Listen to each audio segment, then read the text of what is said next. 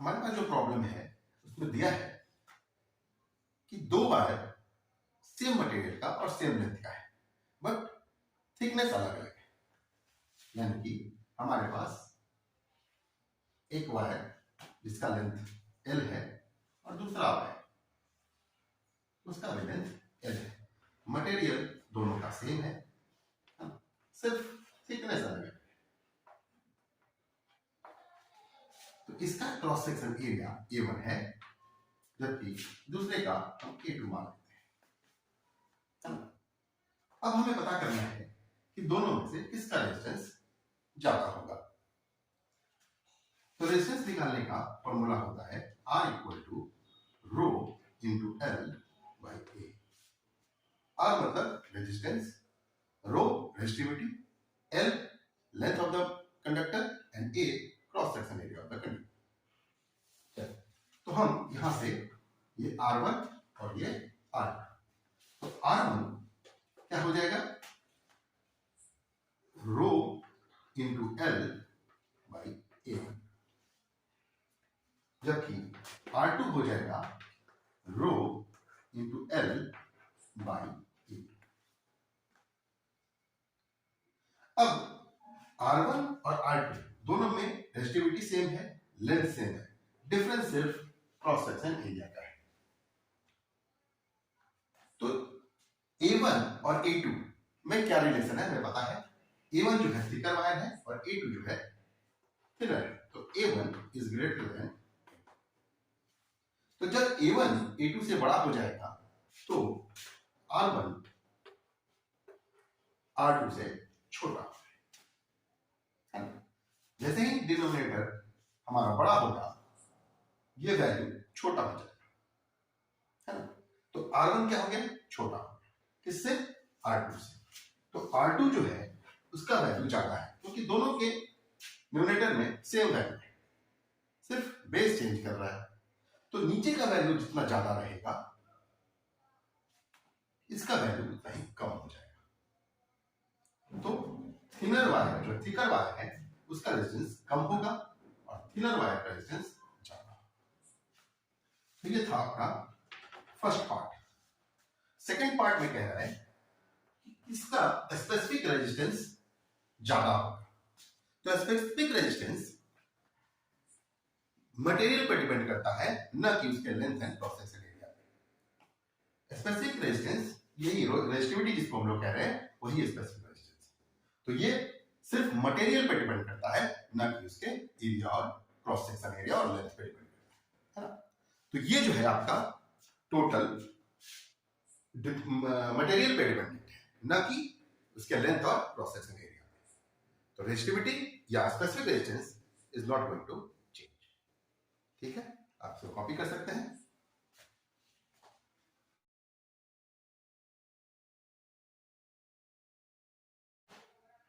हमारा अगला प्रॉब्लम है, इसमें कह रहा है कि हमारे पास एक मेटल वायर है जिसका रेजिस्टेंस 6 ओम है। इसे स्ट्रेच करके इसके लंबाई को डबल कर देना है और उसके बाद हमें पता करना है तो इसका रेजिस्टेंस कितना होगा। तो चलिए हम लोग देखते हैं। मान लेते हैं इस वायर का लेंथ L है और क्रॉस सेक्शन एरिया A है। अब हम इसे स्ट्रेच करेंगे तो इसकी लंबाई बढ़ जाएगी। कितना करना है, डबल कर देना है। तो अब इसका लेंथ जो हो गया वो हो गया 2L।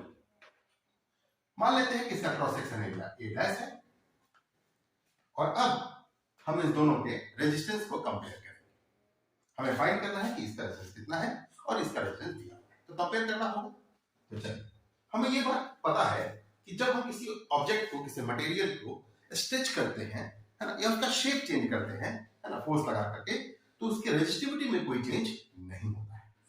तो रेजिस्टिविटी में चेंज नहीं होने के कारण इसका जो रेजिस्टिविटी होगा, अगर रो होगा तो इसका भी रेजिस्टिविटी रो ही होगा। रेजिस्टेंस निकालने का हमारे पास फॉर्मूला है rho into L by E, that is resistance equal to resistivity into length of conductor and divide by the cross section area of the conductor. अब यहां पर हम निकालते हैं R। तो R equal to rho into by A, ये हमारे first material का रेजिस्टेंस हो गया, है ना, बिफोर स्ट्रेचिंग, है ना। तो रो है हमारा रेजिस्टिविटी, एल है लेंथ, और ये जो है आपके पास क्या है, क्रॉस सेक्शन एरिया।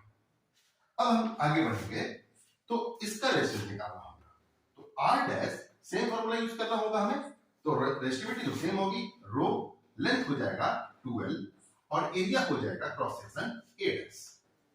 अब हमें a डैश के बारे में कोई इंफॉर्मेशन नहीं है, तो हमें a डैश निकालना होगा। a डैश निकालने के लिए हमारे पास एक तरीका है, जब आप किसी चीज को स्ट्रेच करते हैं तो उसका वॉल्यूम चेंज नहीं करता है, वॉल्यूम हमेशा कांस्टेंट रहेगा।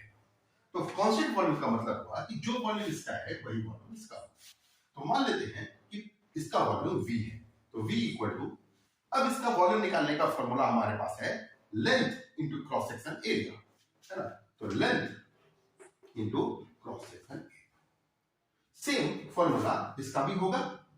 तो लेंथ है आपका 2l और क्रॉस सेक्शन एरिया है a। तो l into a is equal to 2l into a dash. यहां से लेंथ जो है वो कैंसिल हो गया, है ना। तो हमें यहां से मिला a dash equal to a by 2, यानी कि जो एरिया है दूसरे वायर का, यानी कि आफ्टर इलोंगेशन जो वायर हमें मिला है उसका जो एरिया है वो पहले वाले वायर के एरिया का हाफ है, यानी कि लेंथ के डबल होने से एरिया हाफ हो गया, ठीक है। तो एरिया हमें मिल गया, है ना। तो इसको आप लोग कॉपी कर लीजिए। अब जो है हम लोग यहां से आगे बढ़ेंगे और a डैश का वैल्यू इसमें रख देंगे, ठीक है। हमारे पास क्या मिला, a dash is equal to a by 2। अब इसका वैल्यू हमें इस r डैश के इक्वेशन में रख देना है। तो यहां से r dash is equal to rho into 2l by a by 2 हो जाएगा, that is rho into 2l by a into 2। r dash equal to 4 rho into l by, तो आ गया r dash equal to 4 rho l by a, और रो l by a हमारा क्या है, r है। तो आप इसको लिख सकते हैं 4r, यानी कि r dash equal to 4r, और r का वैल्यू हमारे पास 6 ओम दिया हुआ है। r का वैल्यू कितना दिया हुआ है, 6 ओम। अब यहां पर आप वो वैल्यू रख दें तो हो जाएगा 4 इंटू 6, दैट इज 24 ओम। तो ये होगा आपका आंसर। हमें सारा कैलकुलेशन जो है सिर्फ r लेके किया है, हमने कोई वैल्यू नहीं रखा है।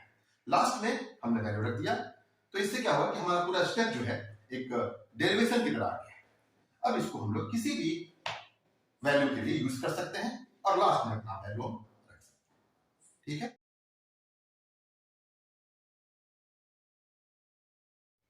ये जो प्रॉब्लम है इसमें कह रहा है कि हमारे पास एक बल्ब है जिसका रेटिंग दिया हुआ है 100 वाट एंड 250 वोल्ट। हमें पता करना है कि ये दो डेटा से हम क्या क्या इंफॉर्मेशन कलेक्ट कर सकते हैं, यानी कि हमें ये दो चीज क्या क्या बताता है ना। इससे हम क्या इंफॉर्मेशन फाइंड आउट कर सकते हैं बल्ब के बारे में। तो चलिए हम लोग देखते हैं। जैसे ही यहां वाट दिया हुआ है, इसका मतलब ये हुआ कि ये पावर का यूनिट है, तो ये हो गया पावर, और वोल्ट है तो ये पोटेंशियल डिफरेंस के बारे में कह रहा है। तो पोटेंशियल डिफरेंस एंड पावर में कोई रिलेशन होना चाहिए। तो हमारे पास एक रिलेशन है, power equal to voltage into current, P equal to VI। जब आप ये इक्वेशन यहां रखेंगे, ये फॉर्मूला रखेंगे, तो आप यहां से करंट निकाल सकते हैं। तो current equal to I is equal to P by V। तो यहां से P है आपका 100 वाट और V है 250, तो यहां से आपको मिल गया 0.4 एम्प्स। इसका मतलब ये हुआ कि ये बल्ब जब ऑन होगा, जब ग्लो करेगा, तो 0.4 4 एम्पियर करंट जो है उससे फ्लो करेगा। चलिए और आगे चलते हैं। अब पावर का एक और फॉर्मूला है, P equal to V square by R। यहां से आप R कैलकुलेट कर सकते हैं, तो R is equal to V square by P। यहां से V स्क्वायर is 250 whole square by P 100, that is 62500 by 100। तो आपके पास आ गया 625 ohms। अब हमें इसी दो डेटा से बल्ब का रेजिस्टेंस मिल गया कि बल्ब जो है 625 रेजिस्टेंस बल्ब के पास है, यानी कि बल्ब जो है 625 ohms का रेजिस्टेंस है वो ऑफर कर रहा है। तो ये जो पावर रेटिंग है, ये जो दो डेटा आपके पास दिया हुआ है, इससे सारा इंफॉर्मेशन आप निकाल सकते हैं कि वो कितना करंट लेगा, उसका रेजिस्टेंस कितना होगा।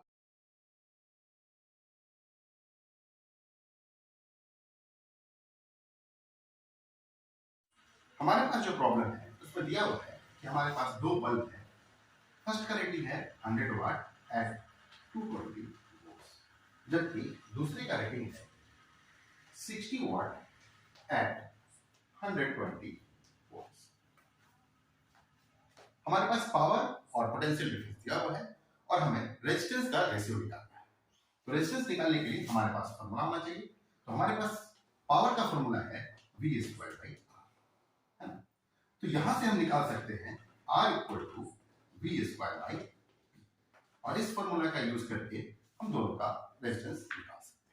तो चलिए इसका रेजिस्टेंस हम मान लेते हैं R100। तो R100 is equal to V square by P, that is 220 square by 100, that is 484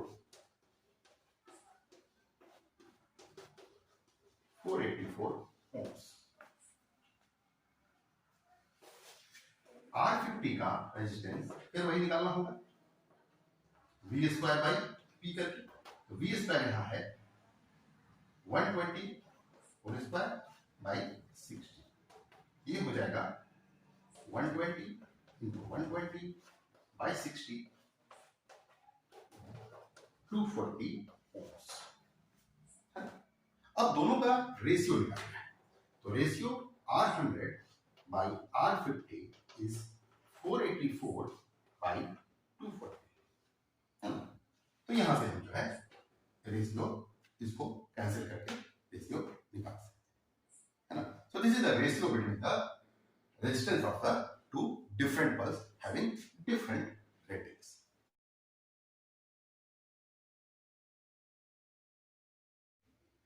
हमारे क्वेश्चन में दिया हुआ है कि हमारे पास तीन रेजिस्टेंस 2 ओम, 3 ओम और 6 ओम है।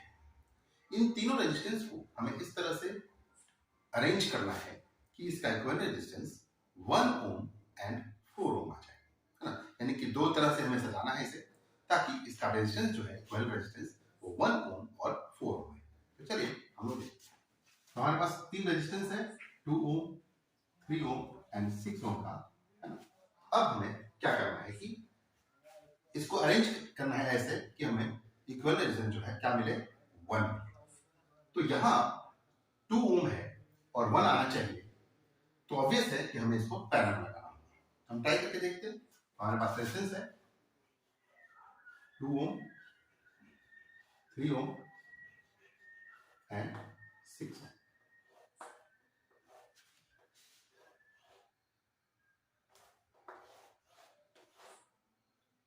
एक 2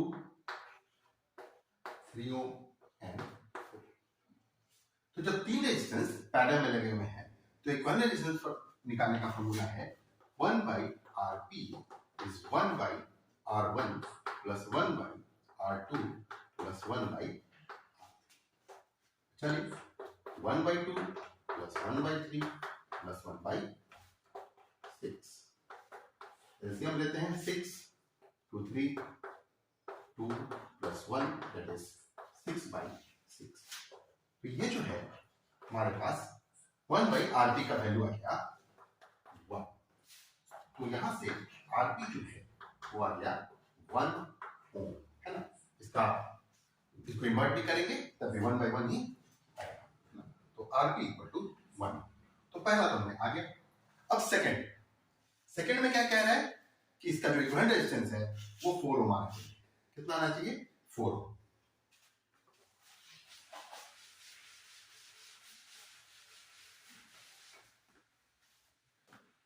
तो क्या करते हैं कि 2 ओम,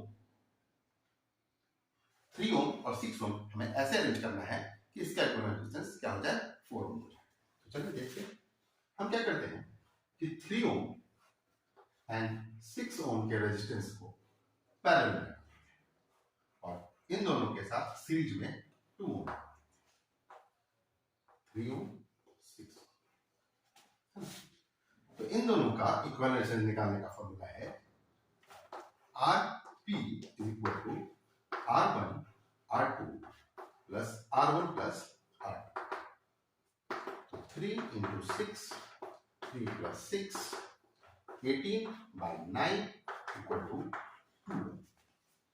ठीक, तो ये दोनों मिल करके इक्विवेलेंट रेजिस्टेंस दिया 2 ओम। तो इस सर्किट को हम थोड़ा सिंपलीफाई कर लेते हैं।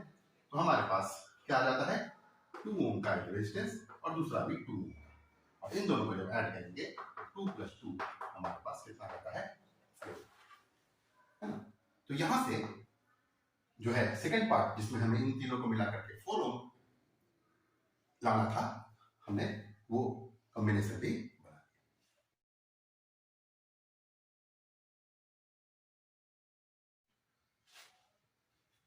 हमारे पास 4 रेजिस्टेंस दिए हुए हैं, 4 ओम, 8 ओम, 12 ओम एंड 24।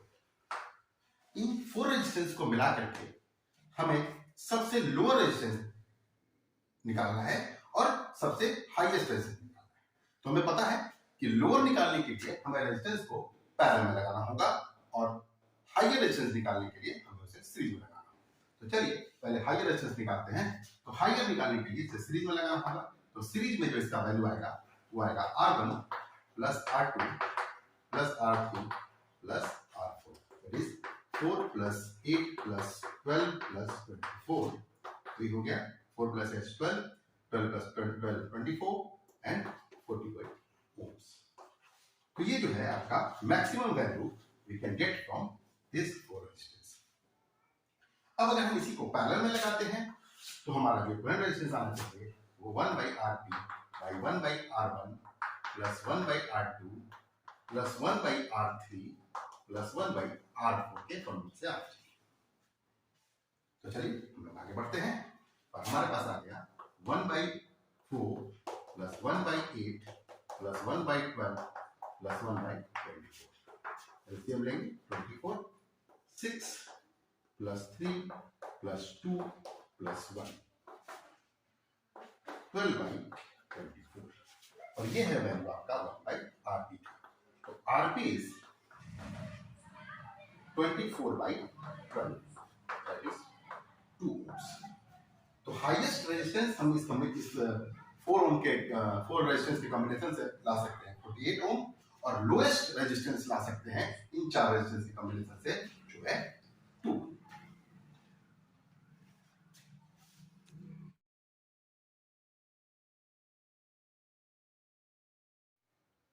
हमारे पास जो प्रॉब्लम है इसमें दिया हुआ है कि एक मोटर है जो 5 एम्पियर करंट ले रहा है। कितना? 5 एम्पियर एट 220 वोल्ट्स, है ना। और हमें पता करना है कि पावर कितना होगा।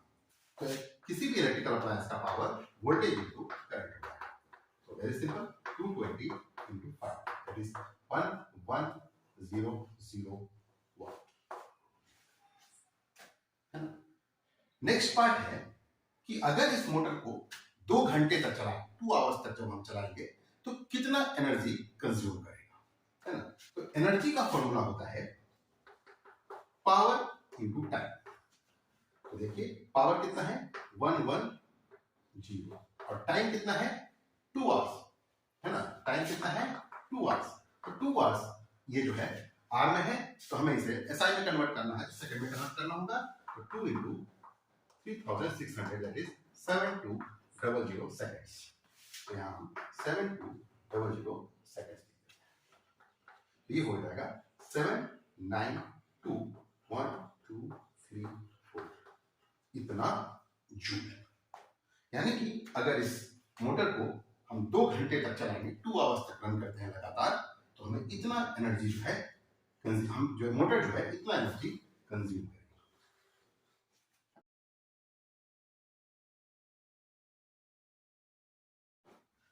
हमें जो प्रॉब्लम दिया गया है उसमें हमें 2 बल्ब दिया गया है, एक 100 वाट का बल्ब है और दूसरा 200 वाट का बल्ब। इन दोनों बल्ब को सीरीज में कनेक्ट करना है और बताना है कि जब हम इन दोनों बल्ब को सीरीज में कनेक्ट करेंगे तो कौन सा बल्ब ज्यादा ग्लो करेगा। तो चलिए पहले हम लोग इन दोनों बल्बों को सीरीज में कनेक्ट करेंगे।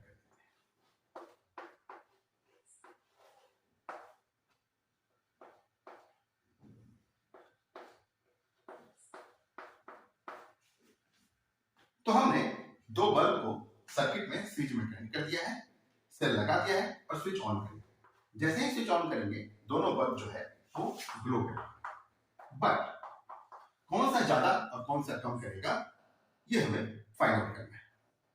जब हमें पहले से ही पता है कि जो एक बल्ब 100 वाट का है और दूसरा बल्ब 200 वाट का है, तो 100 वाट वाला ज्यादा ग्लो करना चाहिए कंपेयर टू 200 वाट। बट ऐसा नहीं है।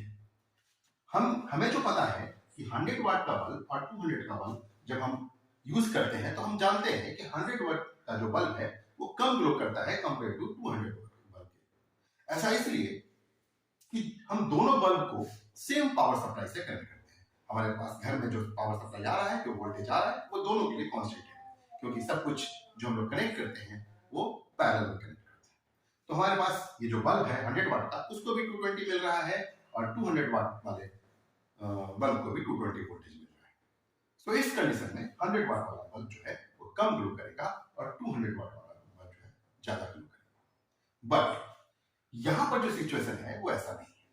यहां पर दोनों में वोल्टेज अलग अलग है, करंट सेम है। क्या सेम है? करंट सेम है। तो अब हमें पता करना होगा कि कौन सा बल्ब ज्यादा पावर कंज्यूम करेगा। तो जो ज्यादा पावर कंज्यूम करेगा वो ज्यादा ग्लो करेगा। तो चलिए हम लोग देखते हैं।